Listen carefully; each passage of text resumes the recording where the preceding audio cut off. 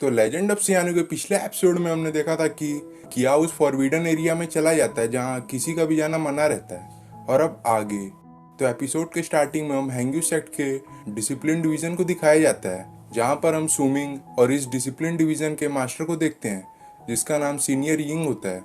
जिसे सुमिंग बोल रहा था कि यहाँ पर ईचंग उस फॉरबिडन एरिया में चला गया है जहाँ पर किसी का भी जाना मना है और उसने हमारे सेक्ट के रूल को तोड़ा है। तो मैं चाहता हूँ कि आप उसको इसके लिए सजा दें। जिस पर सीनियर यिंग उसे बोलते हैं कि वह एरिया तो डियान पीक में आता है और मुझे उसे कुछ भी लेना देना नहीं है, और वह वहाँ से जाने लगते हैं। जिस पर स्विमिंग उनके पास जाकर बोलने लगता है कि यहाँ पर आप ही हैं जो मेरी मदद कर सकते हैं। और स्विमिंग सीनियर यिंग को एक पोटली देता है जिसके अंदर कुछ गोल्ड कॉइन होते हैं, जिससे सीनियर यिंग अब ईचन को पनिश करने के लिए तैयार हो जाते हैं। जिसके बाद हमें ईचन को दिखाया जाता है जो ग्रैंडपा जेंग्यू के घर में आया रहता है, जिसे देख ग्रैंडपा बोलने लगते हैं कि मुझे एक डिसिपल ने बताया कि यहाँ पर किया उस फॉरबिडन एरिया में एंटर हो गया है जहाँ पर किसी का भी जाना मना है। जिसे सुन ईचेंग भी काफी घबरा जाता है क्योंकि उस एरिया में काफी ज्यादा डिमोनिक बीस्ट होते हैं जिनसे कियाओ को काफी खतरा है। जिस पर वो तुरंत ही उस फॉरबिडन एरिया के लिए निकल जाता है। जिसके बाद हम कियाओ को देखते हैं जो उस फॉरबिडन एरिया में एंटर कर चुका रहता है और वह वहाँ पर ईचन को आवाज दे रहा था, लेकिन उसे इसका कोई भी रिस्पॉन्स नहीं मिल रहा था। तभी उसको लगता है कि उसके पीछे कोई है और वह उससे काफी डर जाता है, लेकिन वहाँ पर ऐसा कुछ भी नहीं रहता है जो कियाओ को हार्म कर सके। जिसके बाद वो फिर से आगे बढ़ने लगता है और वह ईचन को बार बार आवाज लगा रहा था, पर तभी उस पर बहुत सारे रेड बीस्ट अटैक कर देते हैं, जिसे देख कियाओ काफी डर जाता है और वह वहां से भागने लगता है। जिसके बाद हम ईचन को देखते हैं जो उस फॉरबिडन एरिया के एंट्रेंस एरिया पे आ चुका रहता है और वह उस फॉरबिडन एरिया में एंटर कर जाता है। और वहां पर स्विमिंग भी होता है जो ये सब देखकर काफी खुश हो रहा था और वह बोलता है कि मैं यही तो चाह रहा था कि तुम इस फॉरबिडन एरिया में एंटर करो, और मैं अब सीनियर यिंग के साथ यहाँ पर आकर तुम्हें सेक्ट के रूल को तोड़ने के लिए पनिश करूंगा। जिसके बाद हम कियाओ को देखते हैं जिसके पीछे काफी ज्यादा बीस्ट लग चुके रहते हैं, तो इसलिए वह बहुत ही तेजी से भाग रहा था, पर वह एक जगह पर गिर जाता है। इस पर एक बीस्ट बहुत ही तेजी से कियाओ पर जंप करता है, पर वह बीस्ट कियाओ को कुछ करता उससे पहले ही वहां पर ईचेंग आ चुका रहता है और वह अपने डिवाइन स्किल से उस बीस्ट पर अटैक करके उसे पीछे भेज देता है। जिसके बाद ईचेंग एक बहुत ही पावरफुल अटैक उस डिवाइन स्किल से करता है जिससे कुछ बीस्ट घायल हो जाते हैं और कुछ तो वहां से डर के भाग जाते हैं। और यहाँ पर ईचेंग को देखकर कियाओ काफी खुश होता है और वह उसके चोट को हील करने लगता है। और आगे ईचेंग कियाओ से पूछता है कि यहाँ पर तो किसी का भी आना मना है, तो तुम यहाँ पर क्या कर रहे हो। जिस पर कियाओ से बोलता है कि यहाँ पर मुझे एक अंकल ने बोला कि तुम यहाँ पर कल्टीवेशन कर रहे हो, इसलिए मैं यहाँ पर तुमसे मिलने आया था। जिसके बाद वहाँ पर सुमिंग और सीनियर यिंग कुछ बंदे के साथ आगे रहते हैं और वह फैंग को बोलने लगते हैं कि तुमने हमारे सेट का रूल तोड़ा है क्योंकि इस एरिया में किसी का भी आना मना है। जिस पर ईचन उनका चाल समझ जाता है, तो वह सबसे पहले कियाओ को वहां से जाने के लिए कह देता है, जिस पर कियाओ वहां से चला जाता है।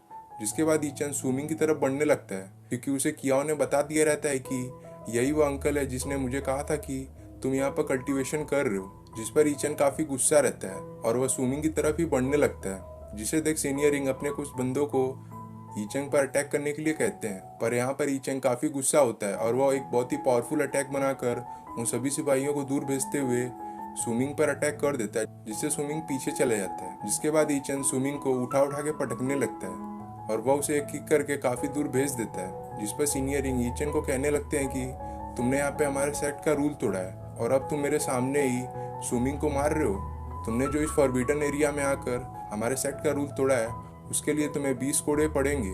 पर यहाँ पर ईचेंग काफी गुस्सा था और वह उसकी बातों पर ध्यान नहीं देता है और वह सुमिंग की तरफ फिर से बढ़ने लगता है। इस पर सुमिंग ईचेंग को कहता है कि तुम्हें क्या लगता है मैं बहुत वीक हूँ, और वह किसी खतरनाक टेक्निक का यूज करके ईचेंग पर अटैक करने लगता है। पर ईचेंग अपने डिवाइन स्किल से उसके अटैक को रोकने लगता है और वह उस पर एक स्लैश अटैक करके उसे नीचे गिरा देता है। जिसके बाद ईचन स्विमिंग पर बहुत ही पावरफुल पन से अटैक करता है जिससे बहुत ही पावरफुल ऑरा निकलता है और वहां पर स्विमिंग इस पन से बेहोश भी हो जाता है। जिसके बाद हम सीनियर यिंग को देखते हैं जो ईचेंग के इस बर्ताव से काफी गुस्सा हो गया था क्योंकि यहाँ पर ईचेंग उसकी बात को सुन ही नहीं रहा था। जिस पर वो अपने आदमियों के साथ ईचेंग पर अटैक कर देता है, पर यहाँ पर ईचेंग अपना दिमाग का यूज करता है और वह सरेंडर कर देता है और वह बोलने लगता है कि मैं अपनी गलती को मानता हूँ और हमारे सेट के रूल के हिसाब से अगर मैं सरेंडर कर दूं तो आप लोग मुझे कुछ नहीं कर सकते। जिस पर सीनियर यिंग ईचन को लेकर वापस हैंग्यू सेक्ट में आ जाता है जहाँ पर अब ईचन को पनिशमेंट दी जाएगी और वहाँ पर काफी ऑडियंस जमा हो जाती है क्योंकि यहाँ पर ईचन अब काफी फेमस हो चुका था।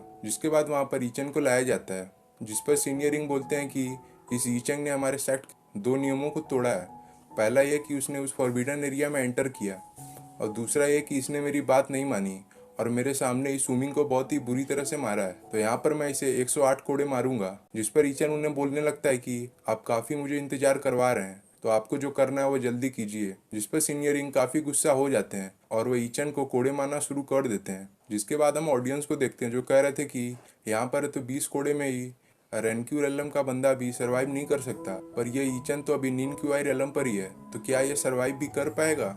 जिसके बाद हम ईचन को देख जिस पर बहुत सारे कोड़े पड़ गए थे, पर यहाँ पर वो हेवनली फायर ईचन के घाव को वापस से ठीक भी कर रहा था। और यहाँ पर ईचन को अब तक 100 कोड़े पड़ चुके रहते हैं, पर वो अब भी जिंदा रहता है, जिसे देखो वहाँ पर सारे ऑडियंस हैरान हो रहे थे। जिसके बाद वहाँ पर कियाओ ग्रैंडपा जेंग्यू को लेकर आया रहता है ताकि वो ईचन को इस सजा से बचा सके। और वहाँ पर ग्रैंडपा जेंग्यू ईचन की इस हाल को देखकर काफी घबरा जाते हैं और वह सीनियर इंग से रिक्वेस्ट करने लगते हैं कि तुम यहाँ पर ईचन को छोड़ दो, क्योंकि उसकी यहाँ पर कोई भी गलती नहीं है। पर यहाँ पर सीनियर इंग ग्रैंडपा जेंग्यू की किसी भी बात का रिस्पॉन्स नहीं दे रहा था। जिस पर ग्रैंडपा जेंग्यू घुटने के बल बैठकर उससे भीख मांगने लगते हैं कि यहाँ पर तुम ईचन को छोड़ दो। पर यहाँ पर सीनियर इंग काफी क्रूल था और वह ग्रैंडपा जेंग्यू को किक करके पीछे भेज देता है। जिस पर ईचन को काफी गुस्सा आता है और वह बोलता है कि अगर मैं यहाँ पे आज बच गया तो मैं तुम्हें जिंदा नहीं छोड़ूंगा। जिस पर सीनियर इंग बोलते हैं कि तुम आज बच के तो दिखाओ, और वह कोड़े की और भी पावर बढ़ा देते हैं और वह ईचन को लास्ट के 3 कोड़े मारते हैं, जिसकी पावर अभी तक के सारे कोड़ों से सबसे ज्यादा थी। पर यहाँ पर ईचन अब भी सरवाइव कर जाता है, जिसे देखकर सीनियर इंग भी काफी शॉक हो जाते हैं, क्योंकि यहाँ पर जो आखिरी के 3 कोड़े थे वो अभी तक के सबसे पावरफुल कोड़े थे और उसे कोई आम बंदा ऐसे ही सरवाइव नहीं कर सकता। और अब जबकि ईचन को सारे कोड़े पड़ गए रहते हैं, इसलिए उसे वहाँ पर चैन से आजाद कर दिया जाता है। जिसके बाद ग्रैंडपा जेंग्यू और कियाओ ईचन को संभालने लगते हैं। पर यहाँ पर ईचन सीनियर इंग को बोलता है कि आपको मेरी बात तो याद है ना, मैं आपको जिंदा नहीं छोड़ूंगा। जिसके बाद ग्रैंडपा जेंग्यू और कियाओ ईचन को अपने घर ले आते हैं। जिसके बाद हमें अगले दिन का सीन दिखाया जाता है जहाँ पर ईचन को अब होश आ चुका रहता है और इसके साथ ही ईचन के सारे घाव भी हील हो चुके रहते हैं। और उसके होश आते ही कियाओ उसके पास जाता है और वह उसे माफी मांगने लगता है कि यहाँ पर मेरी गलती के कारण आपको ये सजा मिली है। जिस पर ईचन उसे समझाने लगता है कि इसमें तुम्हारी कोई भी गलती नहीं है, उन्होंने तो तुमको ट्रिक किया था जिसके कारण तुम उनके जाल में फंस गया।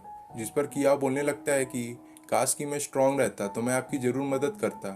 जिस पर ईचन बोलता है ठीक है, मैं तुम्हें कल्टीवेशन करना सिखाऊंगा जिससे तुम स्ट्रांग बन सकते हो। जिस पर कियाओ काफी खुश हो जाता है और तभी वहाँ पर ग्रैंडपा जेंग्यू आते हैं जो ईचन के सारे घाव को ठीक हुआ देख काफी शौक होते हैं और वह ईचन को बोलते हैं कि एक रात में ही तुम्हारे सारे घाव हील हो गए। जिस पर ईचन उन्हें झूठ बोल देता है कि मैं बचपन से ही ऐसे हूँ, मेरे सारे घाव बहुत ही जल्दी हील हो जाते हैं। जिसके बाद ग्रैंडपा जेंग्यू ईचन को वो टियानलिंग स्पेल दे देते हैं, जिसे देखकर ईचन काफी खुश होता है। पर वो ग्रैंडपा जेंग्यू को बोलता है कि यह टियानलिंग स्पेल काफी प्रीसियस है और मैं इसे आपसे ऐसे ले नहीं सकता। जिस पर ग्रैंडपा ईचन को समझाने लगते हैं कि यह टियानलिंग स्पेल जो कल्टीवेट कर सकता है उसके लिए बहुत ही अनमोल चीज है, तो मैं चाहता हूँ कि यह चीज तुम रख लो, क्योंकि यहाँ पर तो मैं कल्टीवेशन कर नहीं सकता, तो यह चीज तुम्हारे लिए बहुत ही फायदेमंद होगा। पर यहाँ पर किया और ग्रैंडपा जेंग्यू ईचन को प्रेशराइज करने लगते हैं कि तुम ये चीज ले लो। जिस पर ईचन को ना चाहते हुए भी वो टियानलिंग स्पेल को लेना पड़ता है और वह ग्रैंडपा जेंग्यू को इसके लिए थैंक यू भी कहता है। और इसके साथ ही एपिसोड यहाँ पे खत्म हो जाता है।